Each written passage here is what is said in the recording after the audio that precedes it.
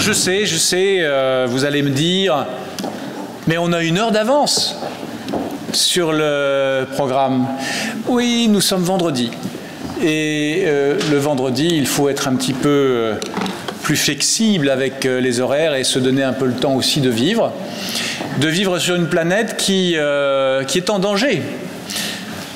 Elle est en danger du fait des épidémies, mais on en est sorti. On a l'impression que c'est un petit peu derrière nous. Ça n'est pas forcément le cas. Il y en a d'autres devant nous. Celle-ci est passée. Vous l'avez eue? Moi, pas. Je suis peut-être un des seuls dans cette salle à ne pas l'avoir eue, ou à l'avoir eue sans le savoir. Mais la planète... je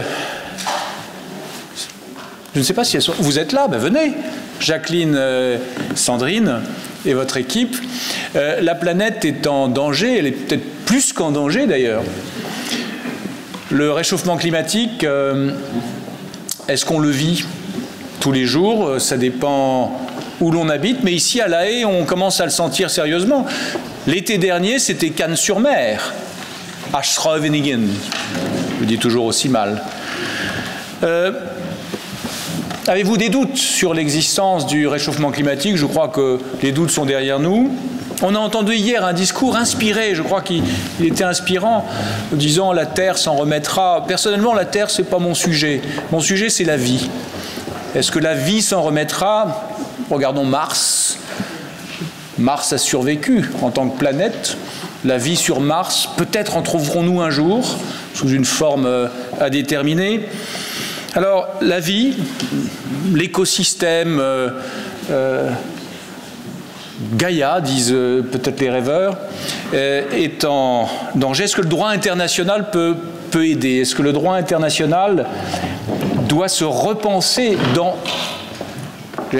dans ses fondamentaux pour faire face à cette situation terrifiante? Moi, je suis terrifié. Pour mes enfants, mes petits-enfants. Pour moi, peut-être pas tant que ça, mais je suis terrifié. Est-ce que le droit international auquel je crois tant est de nature à me rassurer en se reformulant, peut-être profondément? Moi, j'y suis prêt. Est-ce que vous pourriez nous y aider? Sandrine, Jacqueline, c'est à vous.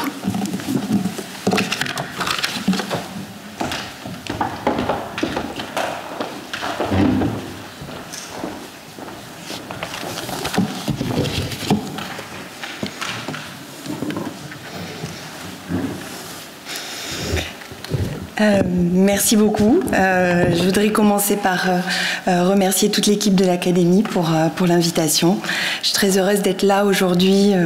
L'Académie compte beaucoup pour moi, son projet, ses activités, les personnes qui l'ont fait vivre et qui la font vivre. C'est un lieu d'aventure intellectuelle, bien sûr, mais aussi humaine, amicale.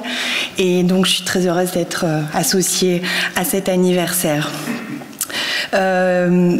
Effectivement, Jean-Marc le rappelait. Je ne me souviens plus comment. Jean-Marc le rappelait, peu de problèmes mondiaux sont aujourd'hui plus urgents, plus graves que le changement climatique.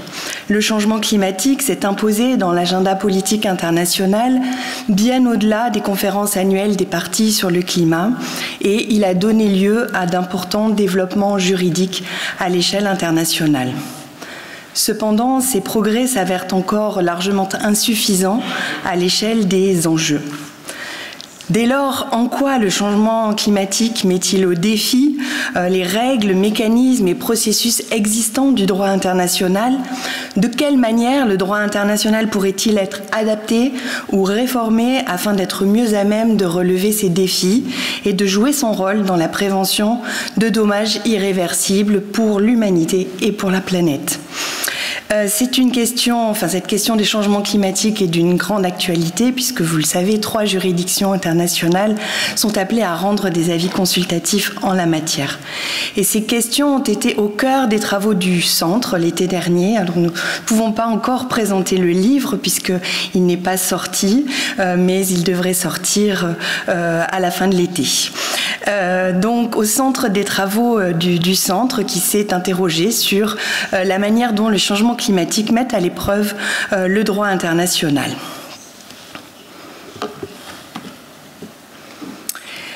Ici, c'est le plan de notre présentation.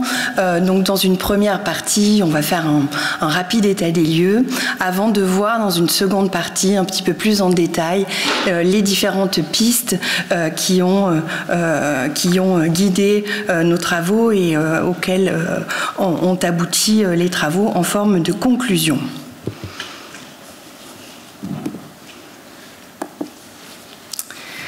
Donc voilà pour la première partie. Et d'abord, le premier point, c'est cette idée qu'il s'agit d'une menace existentielle pour l'humanité et pour la planète. Alors sur ce sujet, je ne vais pas m'étendre car Marion Lemoine reviendra plus en détail sur l'état des connaissances scientifiques, mais ce qu'il semble intéressant et important de souligner dès cette introduction, c'est que le changement climatique présage une époque d'incertitude qui est déjà et sera encore davantage à l'avenir marquée par des changements à grande échelle, largement irréversibles et de plus en plus imprévisibles, dès lors que les frontières planétaires et ce qu'on appelle les points de bascule sont franchis les uns après les autres. Si la science est établie depuis de nombreuses années, nos réactions, qu'elles soient collectives ou individuelles, ne sont pas à la hauteur des enjeux.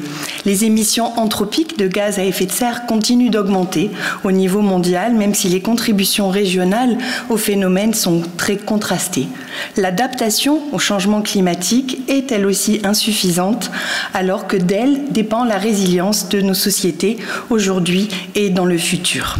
Ce que souligne le groupe intergouvernemental d'experts sur le climat, c'est que comme la menace est mondiale, la coopération internationale est ce sont ces termes, catalyseurs essentiels de l'action.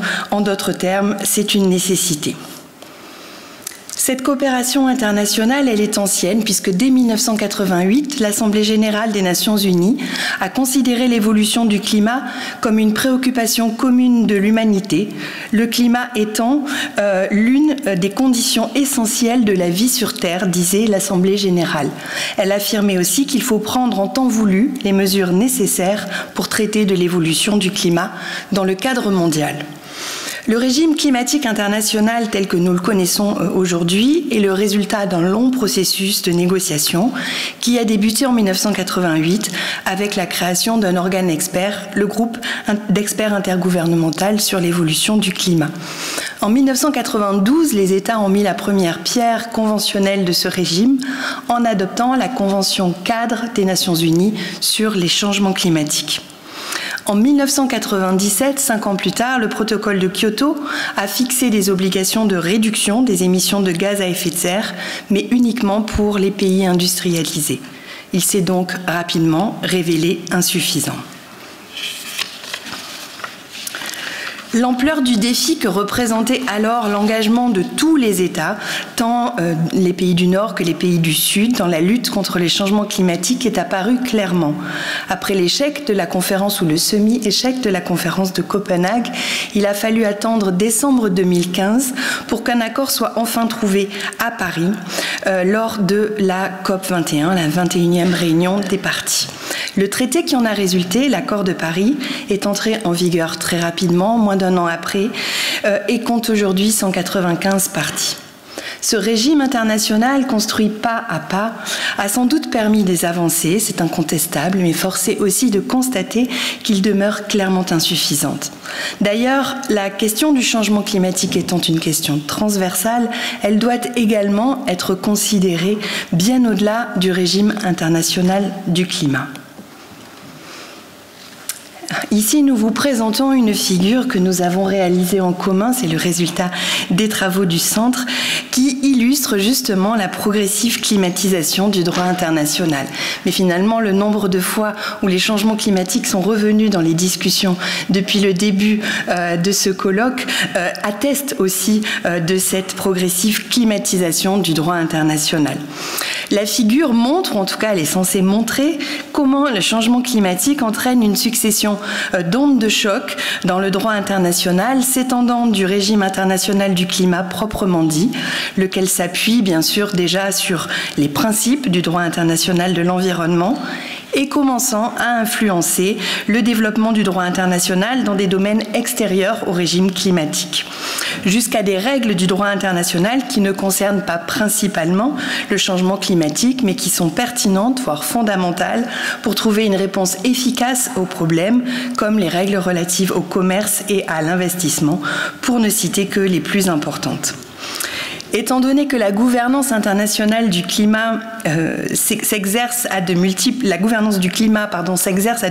niveaux et implique une grande diversité d'acteurs, les effets de cette climatisation du droit international se font sentir à la fois sur une échelle horizontale, sur d'autres domaines du droit international, mais aussi verticalement aux différentes échelles de la gouvernance et vis-à-vis des nombreux acteurs impliqués dans la gouvernance du climat, dans la réponse mondiale au changement climatique. On en veut pour preuve la manière dont les cours régionales des droits de l'homme commencent à être saisies de contentieux ou de procédures consultatives liées au climat, ou encore le fait que dans des accords régionaux de libre-échange, il est fait une référence expresse au changement climatique. Autre exemple encore, la formulation d'exigences nationales en matière de redevabilité sur les risques climatiques pour les entreprises qui s'inspirent des normes internationales produites dans l'objectif de mobiliser des financements privés pour le climat.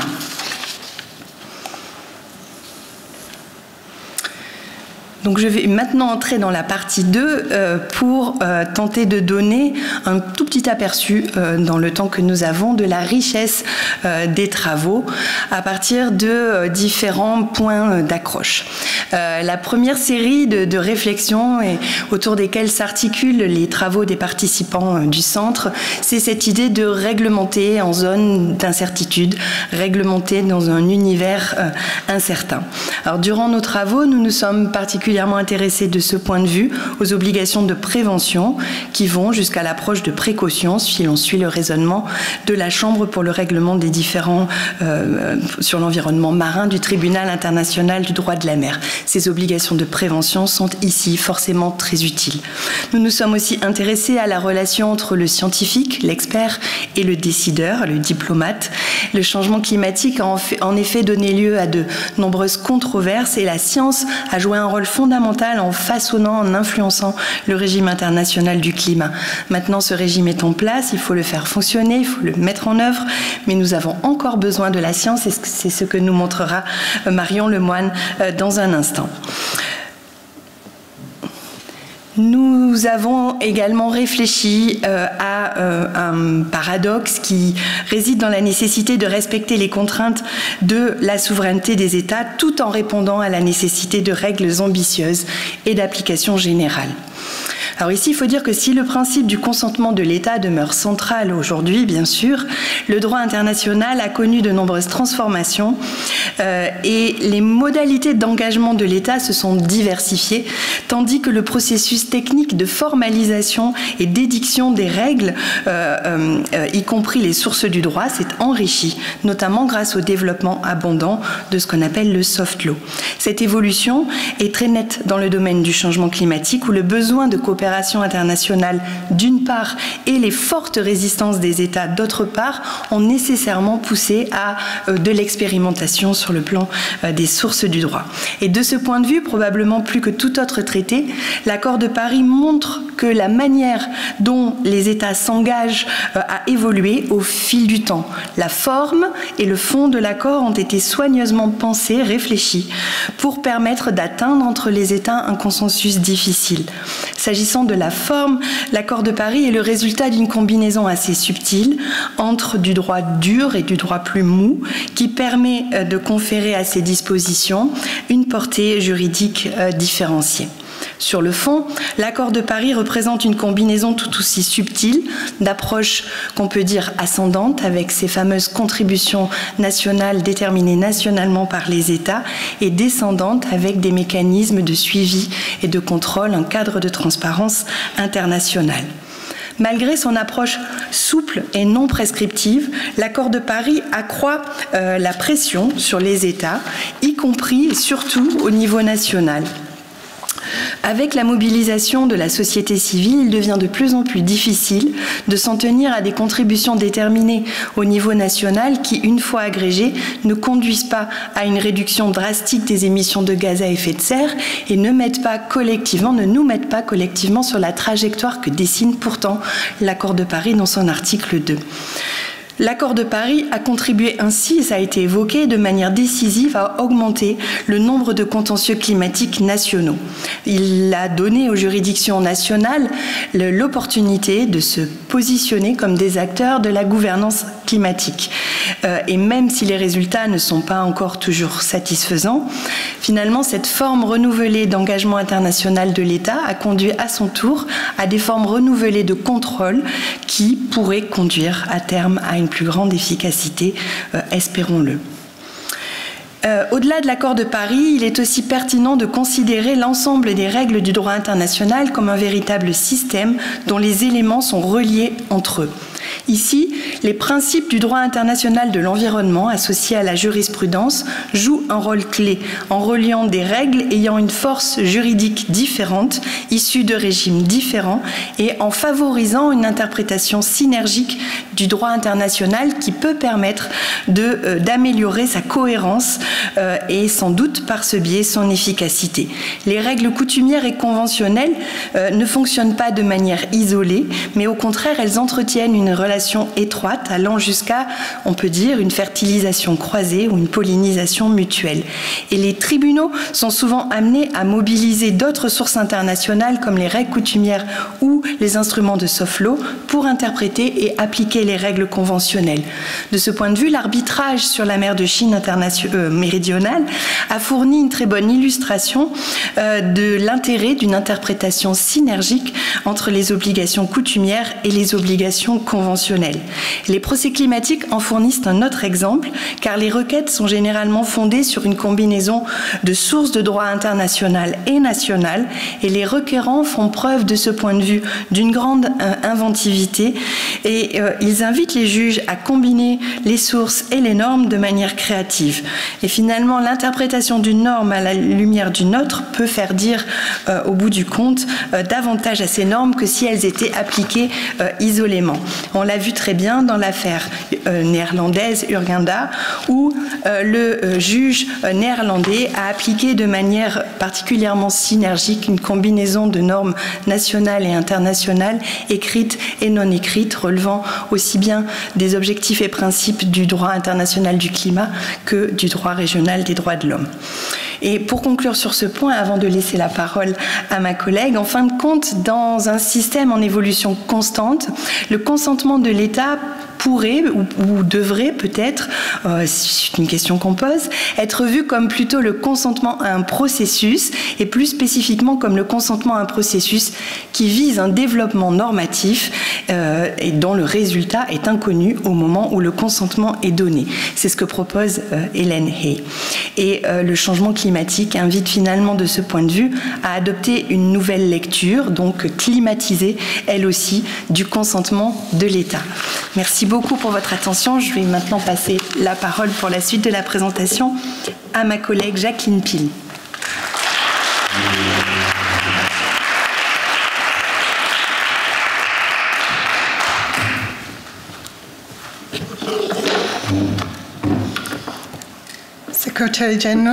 Secrétaire général, Excellences, chers collègues et chers amis, Sandrine vous a parlé d'amitié au sein du centre de recherche. Je crois qu'un des grands avantages pour moi que d'avoir dirigé le centre l'an dernier a été de diriger ces recherches avec Sandrine, que je n'avais que très peu fréquenté avant, et avec une amitié également avec les autres participants. Donc, merci pour cette expérience.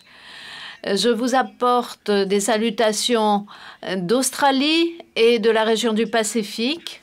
Alors que nous écoutions le panel sur l'épidémie, je me disais que juste avant la pandémie de Covid, en Australie, nous avons eu des incendies tellement graves qu'on les voyait de l'espace. et le ciel est devenu rouge et la pluie était faite de cendres. Donc, dans notre partie du monde, nous sommes vraiment sur le front du changement climatique. Ça n'est pas un problème futur, c'est une réalité présente. Je vais maintenant vous parler des délibérations du centre sur ce domaine. Étant la dernière session, nous ne savions pas si nous aurions 45 minutes ou 1h30, mais nous sommes habitués aux incertitudes en temps de changement climatique. Donc, nous savons nous adapter. Un des principaux défis posés par le changement climatique en droit international est le fait qu'il s'agisse d'une question, d'un enjeu transversal, mais dans une gouvernance très fragmentée. Comme Sandrine nous l'a dit, le droit international s'est concentré sur le changement climatique dans le régime international, c'est-à-dire la CCNUCC, l'accord de Paris, les Nations unies. Mais aujourd'hui, d'autres domaines du droit international commencent à s'intéresser à cette question. Et dans nos délibérations, nous nous sommes centrés sur d'autres régimes de droit international où la paix, sécurité, l'investissement, le droit sur l'investissement, et je vois mon collègue ici, le commerce, les droits de l'homme jouent tous un rôle important. Ce qui pose la question suivante, comment traiter ces effets croisés? Peut-on améliorer la coordination et l'intégration de régimes? En fait, hier soir au dîner, Sandrine m'expliquait sa théorie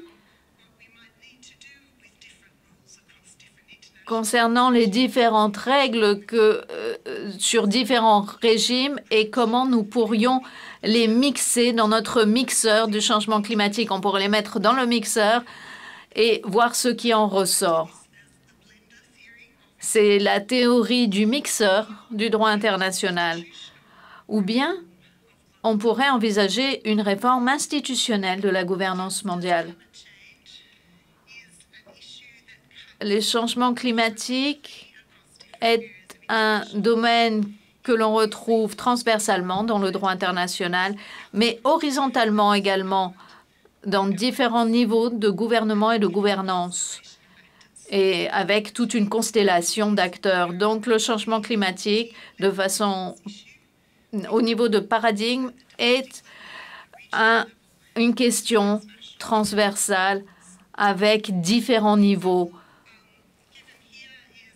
L'exemple qui vous est donné, l'échelon supranational joué par l'Union européenne, la Commission européenne, joue un rôle important dans la formulation de politiques climatiques et on le voit dans les mesures d'échanges commerciaux pour créer un terrain d'égalité pour les échanges commerciaux et pour les émissions à effet de serre, et notamment d'autres directives concernant la responsabilité des entreprises et autres questions liées au changement climatique. Comme on nous l'a dit à plusieurs reprises hier, il existe une multitude d'acteurs dans cet espace, y compris les tribunaux nationaux qui jouent un rôle transversal très important et dont les décisions peuvent permettre de relier les différents espaces fragmentés. Alors, vous ne suivez peut-être pas ce domaine de litige de très près, mais c'est un domaine très dynamique. Nous avons déjà plus de 2000 arrêts de tribunaux nationaux qui portent sur cette question. Et comme on nous l'a dit également hier, certains acteurs de la coopération multinationale se trouve dans les interstices des systèmes de multigouvernance et la réglementation de ces acteurs doit se faire par procuration, soit par réglementation par des États qui imposent des obligations de diligence, mais également par des mécanismes transnationaux qui émergent dans les droits de l'homme ou dans les mécanismes de marché. Ce qui nous amène à la question de savoir si nous reconnaissons suffisamment, si nous donnons assez de pouvoir à tous les acteurs essentiels pour régler le problème climatique, et notamment ceux qui sont frappés de plein fouet par le changement climatique. Et c'est très important quand à la lecture de l'avis consultatif de la CIJ, on parlait hier de la participation à ce type de procédure. Quand ou comment peut-on entendre la voix des petits États insulaires, de la société civile, dans ce genre de procédure? Ce qui nous amène tout naturellement à la question de la justice ou de l'équité, qui est au cœur de la conversation mondiale.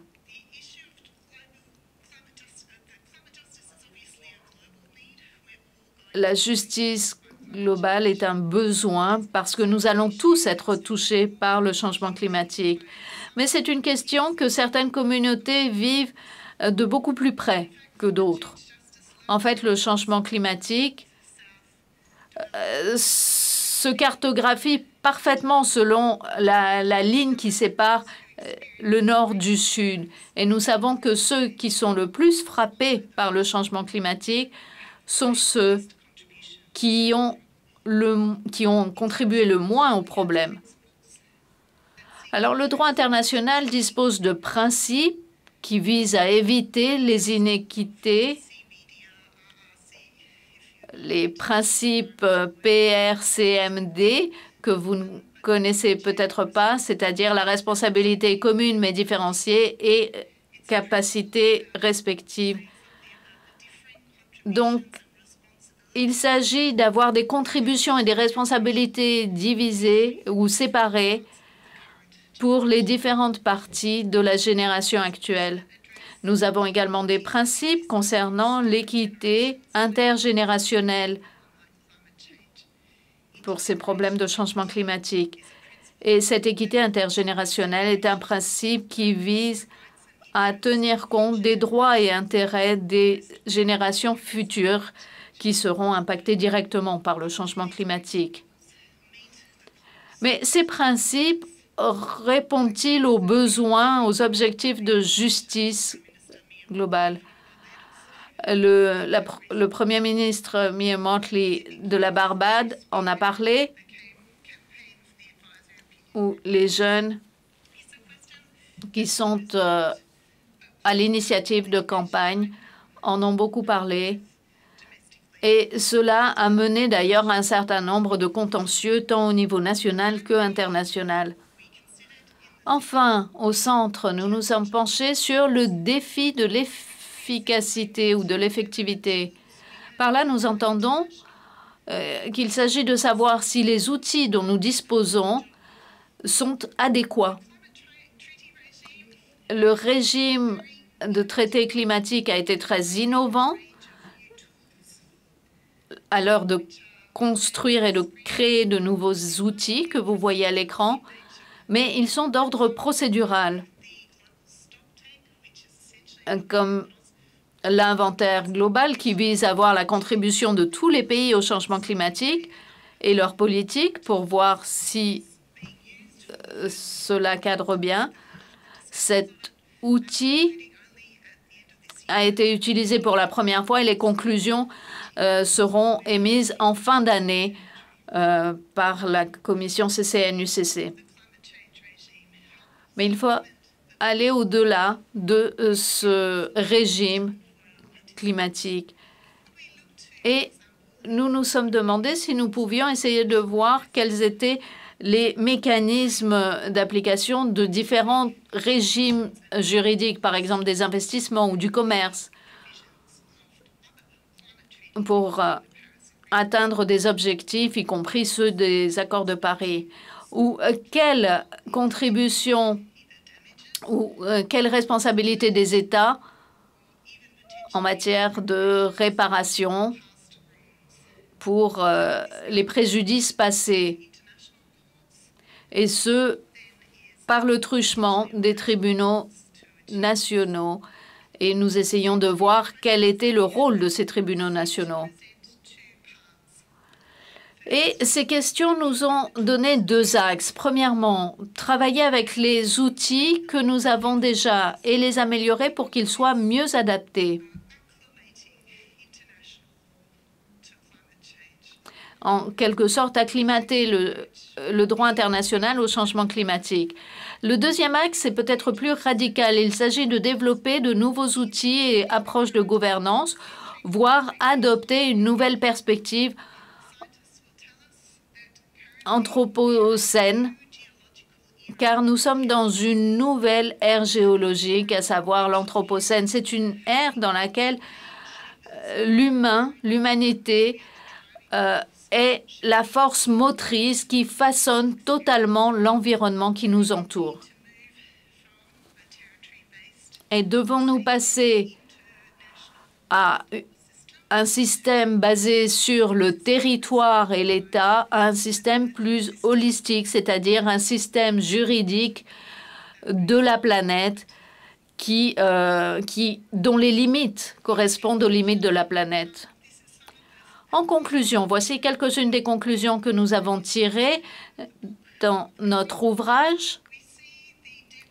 Nous voyons l'ampleur des transformations et de l'impact des changements climatiques sur le droit international. C'est ce qu'on appelle l'acclimatisation. On a parlé de l'humanisation, de la déshumanisation, et on peut parler maintenant d'acclimatation. En répondant aux défis des changements climatiques, nous avons constaté que souvent le droit international n'est pas à la hauteur et nécessite de nouvelles propositions, de nouvelles interprétations et perspectives. Et du fait de l'absence de volonté politique, ces propositions n'émaneront pas des États pour la plupart. Nous pensons que le changement climatique est un défi auquel tous les juristes internationaux peuvent contribuer et doivent s'approprier.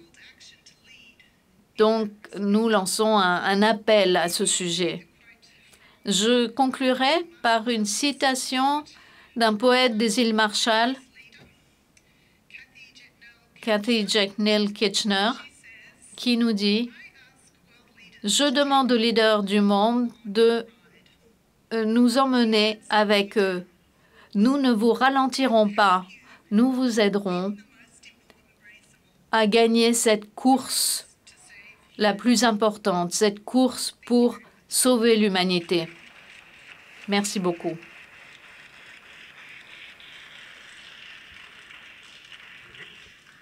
Now hand the floor. Et je donne maintenant la parole à Marion.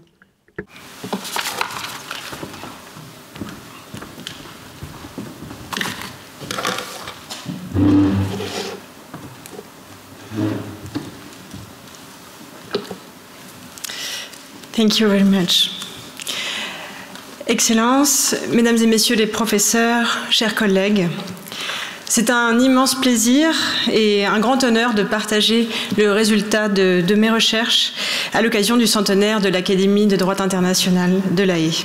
Et je tiens à remercier l'Académie et très chaleureusement nos directrices de recherche, Sandrine Maljean-Dubois et Jacqueline Pille, au nom de toute l'équipe francophone et anglophone, pour leur accompagnement très précieux, leur générosité et l'élan prodigieux qu'elles nous ont donné pour travailler en intelligence collective. Et grâce à cette expérience, plusieurs projets de recherche sont nés ici à La Haye et nous leur en sommes très reconnaissantes.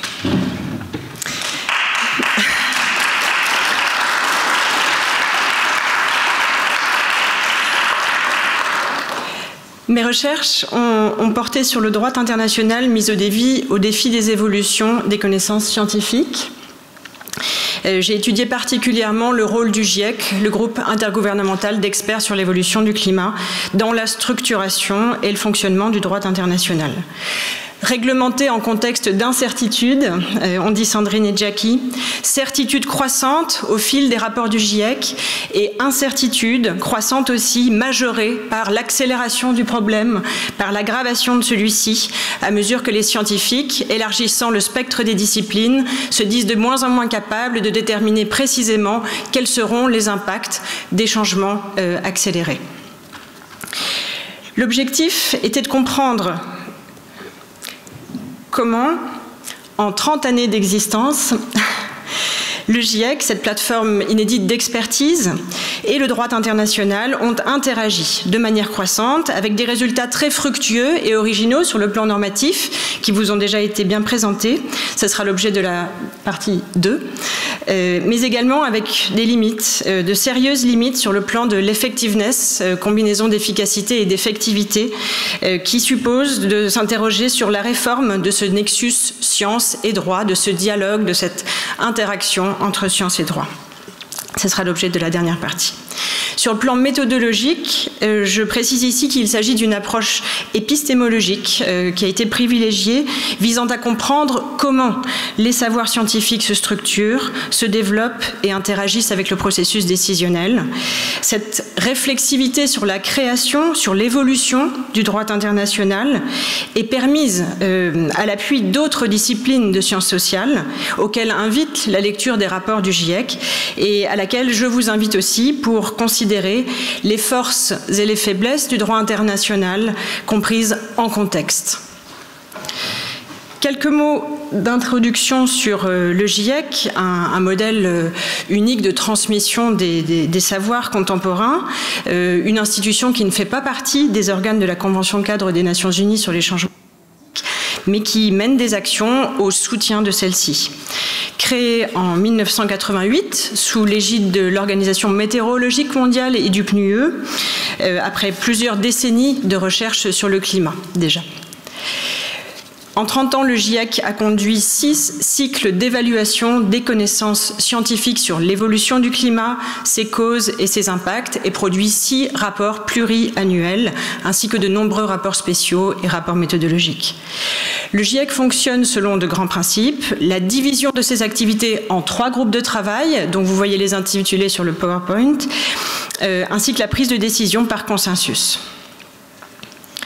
Ce n'est pas seulement un organe scientifique, c'est en même temps une enceinte diplomatique, car les compétences de l'Assemblée plénière, l'Assemblée des 195 États membres du GIEC sont essentielles. Élire le bureau, approuver le budget, établir les règles de procédure, classiquement, mais également sur le plan du travail scientifique, décider des sommaires des rapports, désigner les auteurs scientifiques des rapports sur proposition des listes formées par les États et approuver, ligne par ligne, ce document de 30 pages intitulé « Résumé à l'intention des décideurs », si partagé aujourd'hui, donc une approbation ligne par ligne, ainsi qu'un endossement du rapport pluriannuel qui lui compte plusieurs milliers de pages, le endossement du rapport dans son ensemble. Le processus décisionnel du GIEC, des 195 États membres du GIEC, est donc éminemment politique. Un bref aperçu de l'état des connaissances scientifiques, nous l'avons déjà abordé en partie tout à l'heure, mais sur le fond, le constat est très alarmant. Les impacts se produisent de plus en plus vite et de manière plus dévastatrice que prévu. Et je voudrais simplement vous donner un aperçu de ce schéma tiré du 6e rapport pluriannuel du GIEC, qui montre sur la ligne rouge à quel point la trajectoire climatique qui est la nôtre, qui correspond à la mise en œuvre du droit, pas seulement le droit international, mais du droit existant tel qu'il est effectivement appliqué, nous mène à un réchauffement très important, un réchauffement de plus 1,5 degré de la température moyenne à la surface de la Terre dès 2030, donc demain, et envisageant un réchauffement moyen de plus 4 degrés à la surface du globe d'ici 2100, ce qui signifie pour la France par exemple un réchauffement de plus 5 degrés si on se base sur ce scénario d'ici la fin du siècle. Donc bien loin des réductions massives, des réductions drastiques nécessaires de la ligne bleue et de la ligne verte qu'on voit en dessous, qu'il s'agirait de ne pas dépasser pour respecter ce seuil de dangerosité fixé dans les accords internationaux, particulièrement dans l'accord de Paris, ne pas dépasser un réchauffement de plus de 2 degrés en faisant tous les efforts possibles pour cantonner à plus 1,5 degré. Respecter ces seuils supposerait de baisser de 45% d'ici 2030 les niveaux d'émissions globales par rapport à 2010 à l'échelle individuelle, parce que ce qui compte dans la résolution du problème climatique, c'est quand même l'appropriation des ordres de grandeur. À l'échelle individuelle, pour se rendre compte, ça suppose de passer d'une moyenne annuelle par individu européen de 10 tonnes émises par année, 10 tonnes équivalent CO2, à 2 tonnes annuelles seulement. 2 tonnes, c'est ce qui correspond à un aller-retour Paris-Montréal, sans autre source d'émissions pour toute l'année par ailleurs, dues au transport, au logement, au chauffage, toutes nécessaires par ailleurs. Donc c'est pour prendre conscience de la transformation sociétale majeure impliquée par l'objectif fixé par les scientifiques dans l'accord de Paris. Mais venons-en désormais à l'étude systématique des interactions entre droit international et expertise du GIEC d'autre part, qui permet de dresser plusieurs constats. D'abord, une influence réciproque très forte entre le GIEC et le régime juridique international, qui, de ce que j'ai observé, va bien au-delà de ce qui est prévu dans les conventions respectives, et qui s'est largement accru au fil du temps, conduisant à un phénomène de coproduction normative entre science et droit, entre expertise et droit. Ce constat bat en brèche 2 hypothèses qui sont généralement partagées. L'hypothèse de l'autonomie de la science, d'une part, la science qui serait neutre par nature, une neutralité d'ailleurs bien traduite dans les règles de procédure du GIEC. Les décisions, les rapports devraient être policy relevant but not policy prescriptive. En réalité, de très nombreux travaux en sciences sociales démontrent que les décisions prises sont intrinsèquement emportent une dimension socio-économique et politique très importante, et que la procéduralisation croissante du travail du GIEC au fil des dernières années laisse une grande part aux valeurs logées dans les vérités ou les faits présentés comme purement scientifiques. Deuxième hypothèse battue en brèche, celle d'une linéarité du modèle d'expertise qui interviendrait en amont du processus décisionnel, qui permettrait aux scientifiques d'apporter un éclairage destiné à informer les États.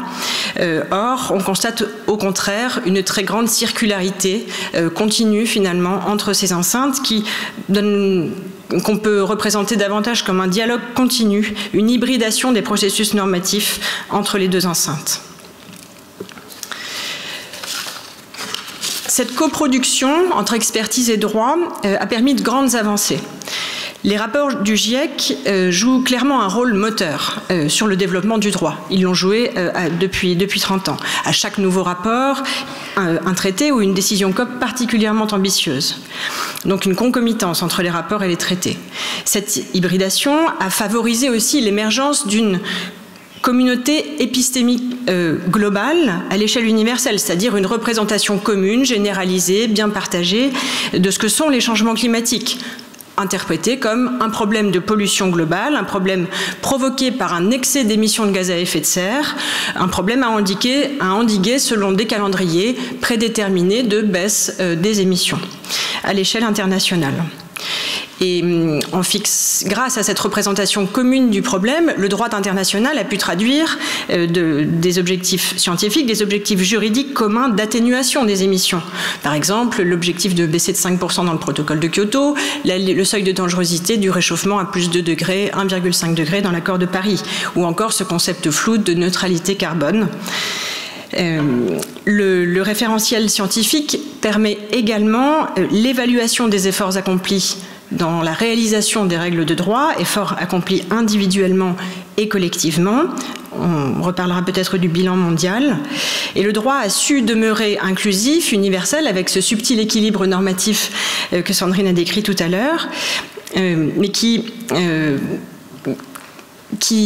dont je dirais l'équilibre a su jouer ses effets jusqu'à présent grâce à un processus de légitimation continue dans lequel la science a joué un rôle très important.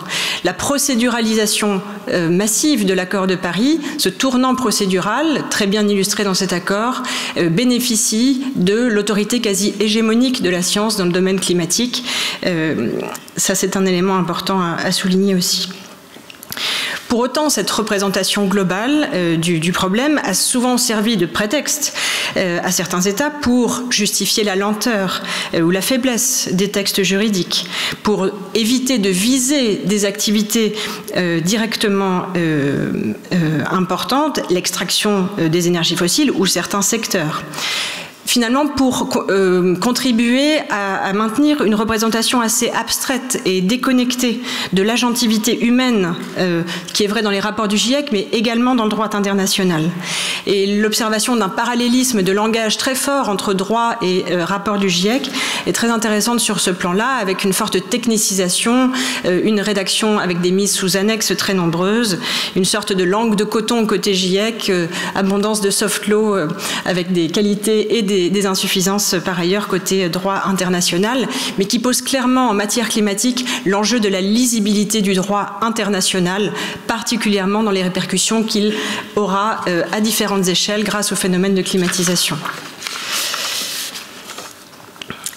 L'hybridation entre science et droit a également favorisé une sorte de convergence de la gouvernance climatique, parce que les rapports du GIEC constituent des référentiels indéniables pour un large spectre d'acteurs, acteurs publics, acteurs privés, et ce à de nombreuses échelles. On le voit particulièrement devant les juges internes actuellement. Permettez-moi de conclure en dessinant les perspectives d'évolution de ce nexus science et droit international. Les réformes proposées dans l'une et l'autre des institutions, mais aussi dans le couple qu'ils forment maintenant, permettent-ils d'envisager autrement la question de l'effectiveness qui préoccupe beaucoup les juristes internationalistes, particulièrement en matière environnementale?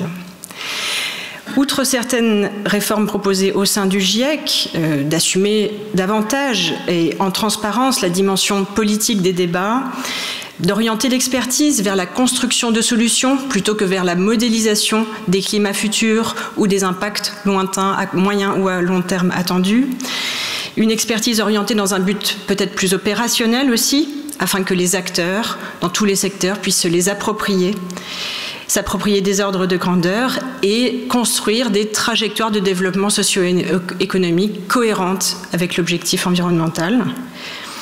Les évolutions de ce couple, de ce nexus expertise et droit, offrent dans tous les cas des opportunités de penser les mises en débat de façon plus sectorialisée, y compris dans les négociations onusiennes sur les changements climatiques. Une possibilité d'accroître l'apprentissage collectif ciblé sur les solutions et d'intégrer les connaissances utiles à des plans de transformation plus territorialisés. Et on revient ici encore à la nécessité de considérer le droit international non pas de façon cloisonnée, mais dans la répercussion qu'il a aux autres échelles. Finalement, il me semble que c'est la considération du caractère irréversible des changements climatiques, les points de bascule dont a parlé Sandrine Maljean-Dubois tout à l'heure, l'overshoot, le dépassement du seuil de dangerosité, au-delà duquel on ne sait pas vraiment, on sait beaucoup moins bien ce qui va se passer.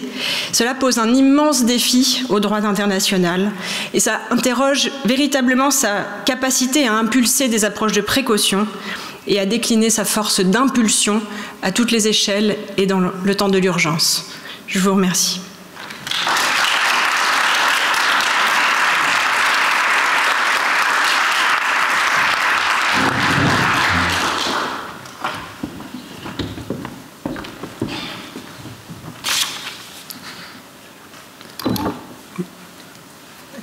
Thank you. Merci Marion, merci Sandrine et Jackie. Excellences, chers professeurs et amis. Le thème de ma recherche lors du centre de l'an dernier m'a mené à rédiger un chapitre qui s'appelle « Le changement climatique et le droit de la responsabilité des États de l'autre côté du miroir ». Et sur cette base, j'aimerais, au cours des prochaines minutes, vous dire que le droit de la responsabilité de l'État, bien qu'il soit souvent négligé, est en fait parfaitement adapté pour rendre compte des échecs en matière d'atténuation des changements climatiques. Et je pense que c'est dû notamment à 3 raisons. Premièrement, les règles de responsabilité de l'État est un régime de règles secondaires et en tant que tel très malléable et permet de se substituer aux obligations d'atténuation. Deuxièmement, le droit de responsabilité de l'État permet de mettre en place des conditions très souples et donc d'éviter les complexités qui caractérisent le changement climatique. Et troisièmement, ce droit permet des conséquences juridiques et applications du droit assez larges. Avant de rentrer dans le détail de ces avantages, j'aimerais brièvement vous expliquer quel est le contexte, à savoir quelle est la nécessité d'atténuer le changement climatique. Comment est-ce que je fais avancer les diapos?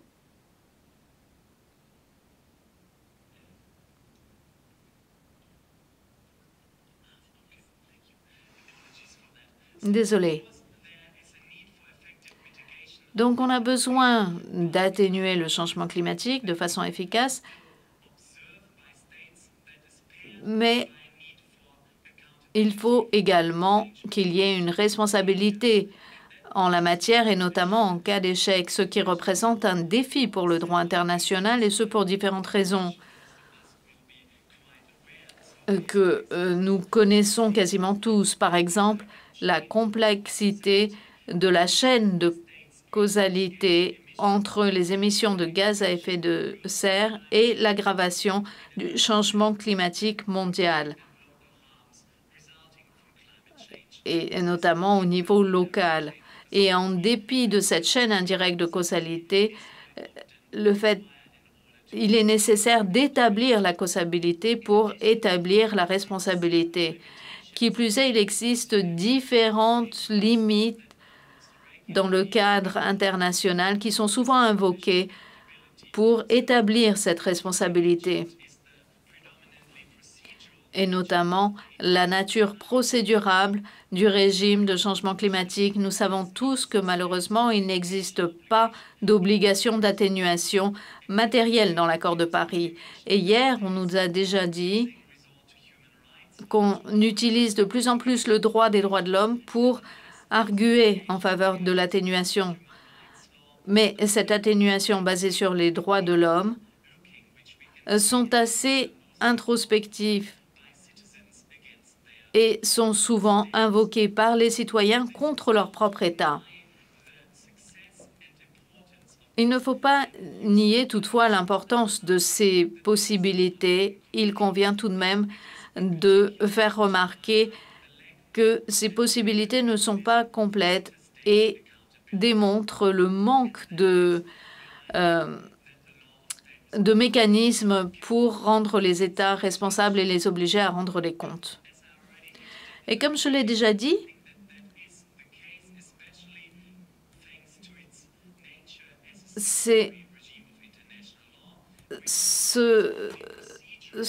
cet axe ne fournit que des règles secondaires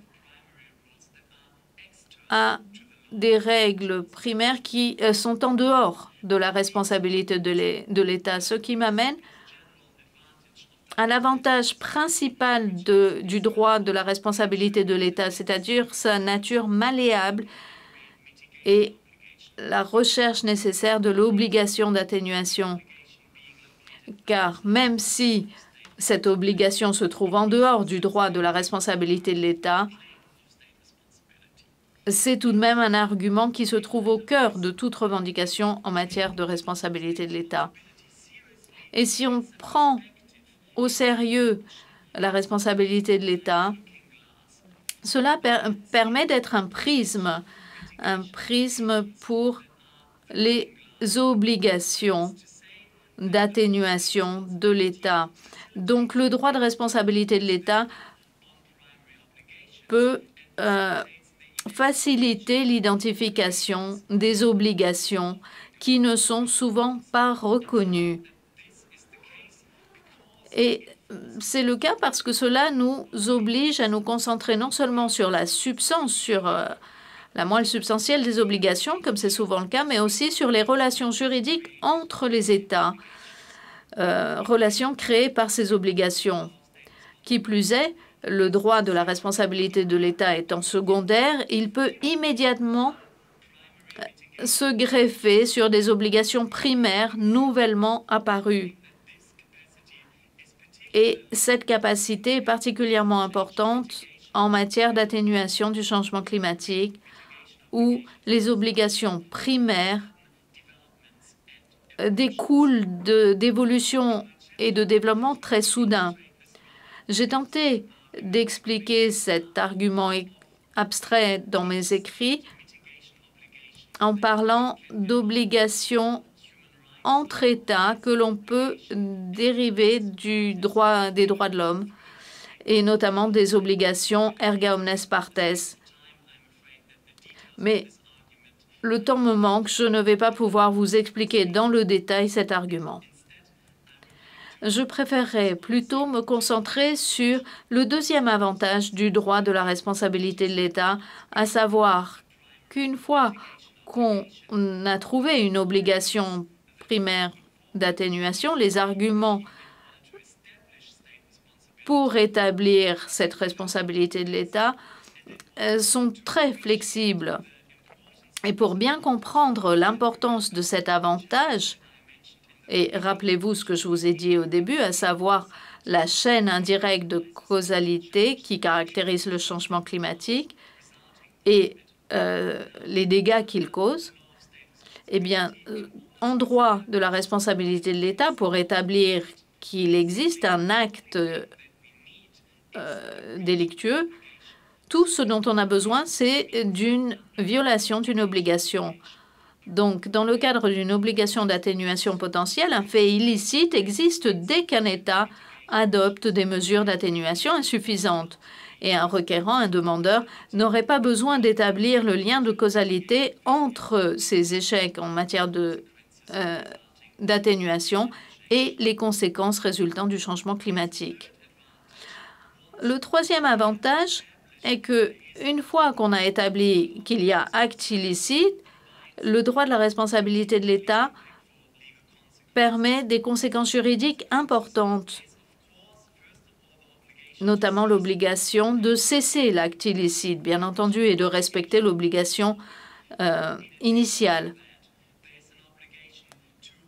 Mais qui plus est, il y a une obligation de réparation pour tout préjudice causé par la dite violation. Et là, j'aimerais mettre l'accent sur les différentes options en matière de réparation. La préférence va à la restitution, et je pense que cette préférence peut inciter l'État à mettre en place, à doubler ses efforts en matière d'atténuation.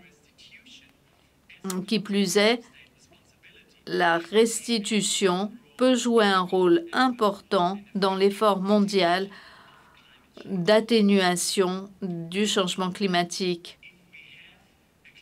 Or, nous savons que si la responsabilité de l'État est établie, nous avons donc les conséquences juridiques, tout va très bien, mais encore faut-il mettre en œuvre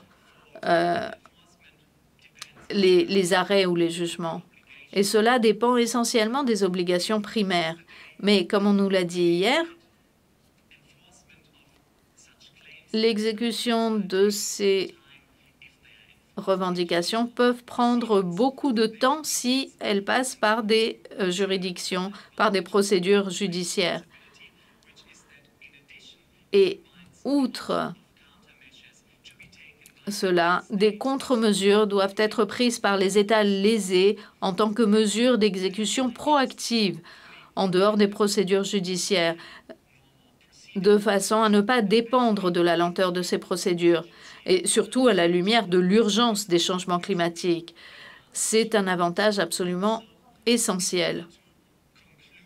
Donc, en conclusion, j'espère que ces avantages mettent en exergue le caractère généraliste du droit de la responsabilité de l'État, qui le rend particulièrement utile pour faire face aux défis de l'obligation de rendre des comptes des échecs en matière d'atténuation du changement climatique.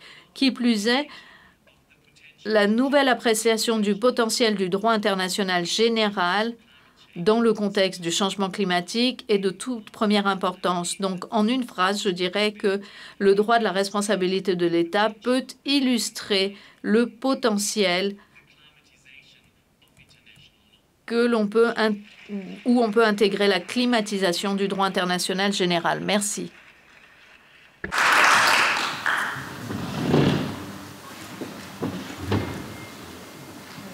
Je me tourne vers le secrétaire général.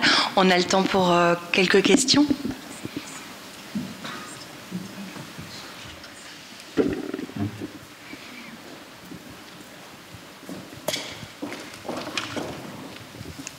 Je suis Jean-Marc Touvenin, je suis secrétaire général de l'Académie.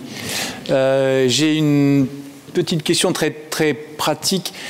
Que vaut un site internet qui est opéré par une organisation non gouvernementale qui s'appelle Climate Change Tracker ou quelque chose comme ça?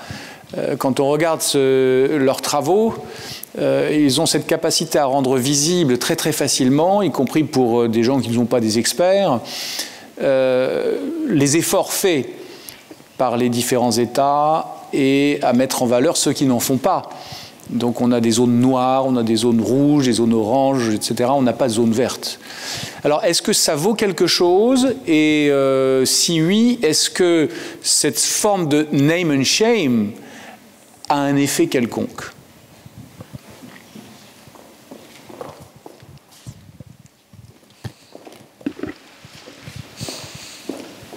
Carlo. Carlo De Stefano, Roma 3 University. I have a question. Université de Romano. J'ai une question qui s'adresse à la fois à Jackie et Sandrine, l'une ou l'autre, comme vous le souhaitez. Vous avez fait référence à la réinitialisation mondiale dans le titre du panel d'aujourd'hui. Pouvez-vous peut-être apporter davantage de précision sur ce concept et peut-être nous expliquer et étayer comment l'urgence de la lutte contre le changement climatique est différente aujourd'hui par rapport à 2015, à la date à laquelle l'accord de Paris fut conclu. Merci beaucoup.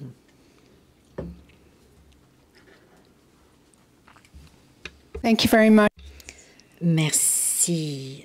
Il s'agit davantage d'une question procédurale qui s'adresse à Madame Lemoine. Je m'interroge sur la relation entre le GIEC et le secrétariat de l'accord des Nations Unies et comment cela est représenté dans la COP, dans la conférence des États parties. Merci.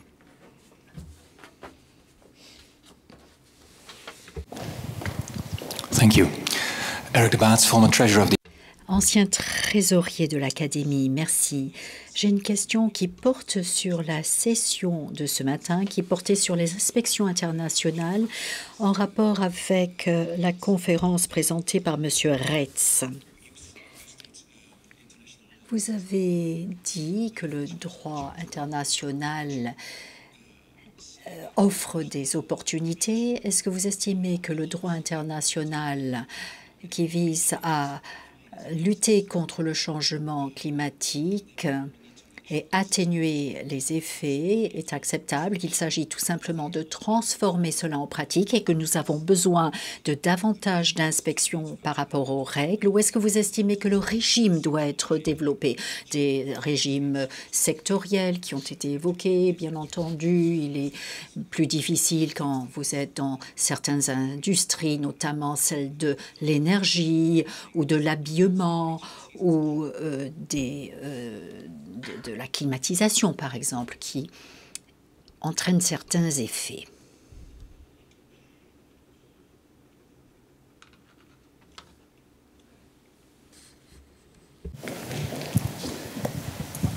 Laurence Poisson, je vous remercie de vos présentations. J'ai une question pour Marion Lemoigne. Vous avez opposé science et droit, mais finalement vous avez parlé du GIEC comme une institution de science et puis le régime juridique qui s'est établi. Mais quand on regarde bien les rapports du GIEC, c'est une instance qui est porteuse d'un discours politique, social, éthique. Et comment est-ce qu'on arrive à pouvoir distinguer ce qu'est l'enrichissement de la science du modèle de société qui est porté par le GIEC? Est-ce qu'il y a une possibilité de distinguer cela? Et s'il y avait un modèle que l'on peut identifier, quel est le modèle de société que le GIEC véhicule?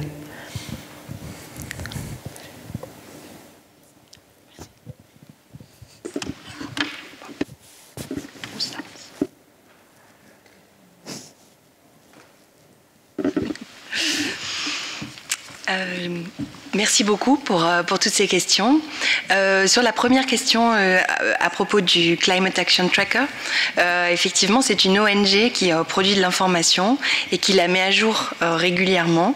Je pense que c'est un site sérieux, je l'utilise beaucoup et l'avantage c'est que l'information est mise à jour régulièrement alors que les rapports par exemple qui sont produits dans le cadre du régime du climat sont des rapports évidemment qui sont sur une base soit annuelle soit bisannuelle, donc entre-temps c'est un petit peu difficile d'avoir l'information. Donc eux essaient vraiment de mettre à jour au fur et à mesure et d'essayer d'agréger finalement toutes les contributions nationales pour voir sur quelle trajectoire elles nous mettent. Mais pour cela, ils évaluent aussi chaque contribution nationale. Et donc c'est un outil assez précieux. Mais il faut savoir aussi que cette année aura lieu un grand bilan mondial qui sera tout à fait complémentaire de ce type d'outil. En réalité, on a beaucoup d'informations sur tous ces sujets. Finalement, c'est rarement l'information qui manque. Mais voilà, donc c'est un site sérieux et utile. Jackie. So I'm going to take the second question. Merci. Je vais peut-être répondre à votre deuxième question qui portait sur le titre et justement cette question concernant la réinitialisation globale. Et vous avez demandé des précisions pour savoir c'est dans cette voie que nous voulons nous orienter avec cette sensibilité accrue désormais par rapport à l'époque de l'accord de Paris en 2015. Deux perspectives, si vous me le permettez. D'abord, la scientifique, j'ai pu participer au groupe 3 du GIEC, j'ai eu cet honneur. C'était un groupe chargé du rapport sur l'atténuation. Et le principal message a consisté à dire que nous sommes d'ores et déjà dotés de tous les outils dont nous avons besoin. Il nous manque tout simplement la volonté politique. Donc, dans ce contexte, nous ne parlons pas de nouvelles évolutions radicales de la technologie, car pour faire face aux problèmes, nous disposons déjà de la plupart des solutions. Dans le contexte juridique, nous rencontrons davantage de défis. Nous ne disposons pas toujours de tous les outils ou les outils les mieux adaptés pour répondre à ces défis. Mais la question est également de savoir si nous avons assez de temps pour nous livrer à une réinitialisation globale. Et récemment, on a vu la publication du 6e rapport qui décrit une situation assez dramatique en ce qui concerne les augmentations des températures. Et la réponse consistait à dire que nous avons besoin de tout simultanément et tout de suite. Et cela vaut également pour le droit international. On peut faire des contributions à la fois en adoptant des régimes existants, mais je pense que tout doit intervenir simultanément.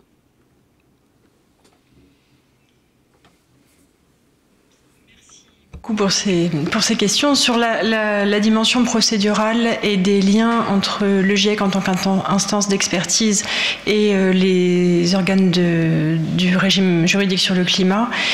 Sur le plan institutionnel, finalement, c'est davantage les liens entre les groupes d'expertise GIEC et groupes d'expertise internes au régime, SAPSTA, SBI, qui sont déjà établis et dont on pourrait penser que les groupes d'expertise internes au droit international du climat ceux-là réceptionnent le message du GIEC avant de le transmettre d'une façon la plus adaptée à cette sphère juridique. Or, ce que je constate dans les travaux, c'est que ce n'est pas le cas. C'est pas seulement le cas. Ce rôle de tampon qui, dans les premières décennies, a beaucoup fonctionné pour transmettre ce discours scientifique au processus décisionnel, aujourd'hui est largement débordé par d'autres manières de se référer au rapport du GIEC, bien au-delà des instances d'expertise interne au régime. Et sur la dimension du secrétariat, alors comme Jackie l'a expérimenté en tant qu'autrice du GIEC, peut-être que je te laisse. So just to add very briefly to Marianne's response. Permettez-moi de compléter la réponse de Marianne. Il y a également le rôle formel que joue le IPCC dans le cas des négociations IPCC, mais désormais la COP demande au GIEC de procéder à des interventions dans le processus de la COP. Et la COP a invité le GIEC l'année dernière à rendre compte des impacts du changement climatique. Je pense que cela va également être très pertinent pour la prochaine COP où on va se pencher sur les diverses options en termes d'atténuation. Et comme Marianne l'a dit dans son exposé, il y a désormais un lien de plus en plus étroit entre les instances de mise en œuvre de la Convention et l'instance scientifique du GIEC. Merci infiniment pour vos questions portant sur le droit international et la question de savoir si cela constitue une base suffisante, si on l'applique correctement ou non. Alors, je pense que les deux réponses sont valables. Et dans mon exposé, je vous ai dit que nous sommes d'ores et déjà dotés d'outils puissants en droit international à condition de les appliquer correctement. Mais il y a lieu également de procéder à certaines transformations. Je vous ai parlé des obligations primaires. Et si on les retrouve dans l'état actuel du droit, plus on en aura, mieux ça vaudra s'agissant du changement climatique, si bien qu'on peut encore procéder à des évolutions. On a évoqué la volonté politique. Je pense que les deux options dépendent de la volonté politique. Ça sera peut-être moins difficile si on applique le droit international dont on dispose déjà plutôt qu'envisager d'autres changements. Laurence Boisson de Chazeux.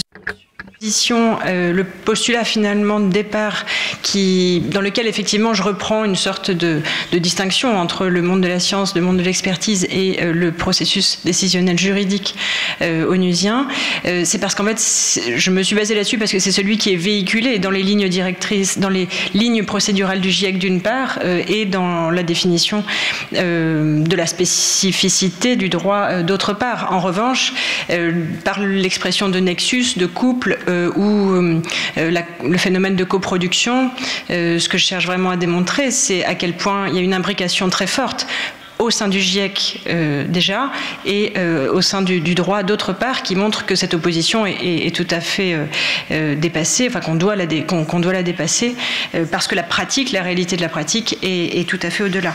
Alors sur le modèle, sur l'enrichissement progressif des disciplines représentées, des disciplines scientifiques représentées dans les cycles d'évaluation du GIEC depuis 1990, depuis 1988, donc les sciences humaines et sociales occupe une part croissante et le droit tout dernièrement représenté bien aujourd'hui par Jackie dans le groupe 3 a désormais sa part, ce qui offre d'une manière intéressante une réflexivité pour les internationalistes, l'analyse du droit international et de ses effets, passer à la loupe finalement d'autres scientifiques juristes, mais scientifiques des sciences sociales par ailleurs, sciences politiques et sociologie, qui donnent à voir aussi avec d'autres lunettes le problème de l'effectiveness et d'autres dimensions de justice, d'équité, de façon tout à fait intéressante. Sur le modèle de société porté par le GIEC dans ses rapports, véhiculé par le GIEC, Il est critiqué pour être très occidental, très anthropocentré encore, et pour ne pas avoir réussi à s'ouvrir suffisamment à d'autres savoirs, d'autres modes de production des connaissances ou de représentation du climat, de la Terre et de la nature. Et ça rejoint tout le débat d'enjeux de basculement anthropologique qu'on a déjà évoqué hier à plusieurs reprises. Et la plateforme d'expertise GIEC, en intégrant en faisant la synthèse des connaissances scientifiques en anthropologie, catalyse très certainement pour le monde entier l'importance du rapport du vivant par rapport à la question de l'homme face au changement climatique et d'autres savoirs autochtones, par exemple, de représentation collective plutôt que de représentation individuelle. Enfin, c'est évidemment une forme d'appropriation très rapide pour tout le monde si le GIEC parvient à se transformer. Mais le faut-il? Je pense que la question est vraiment ouverte sur ce plan-là.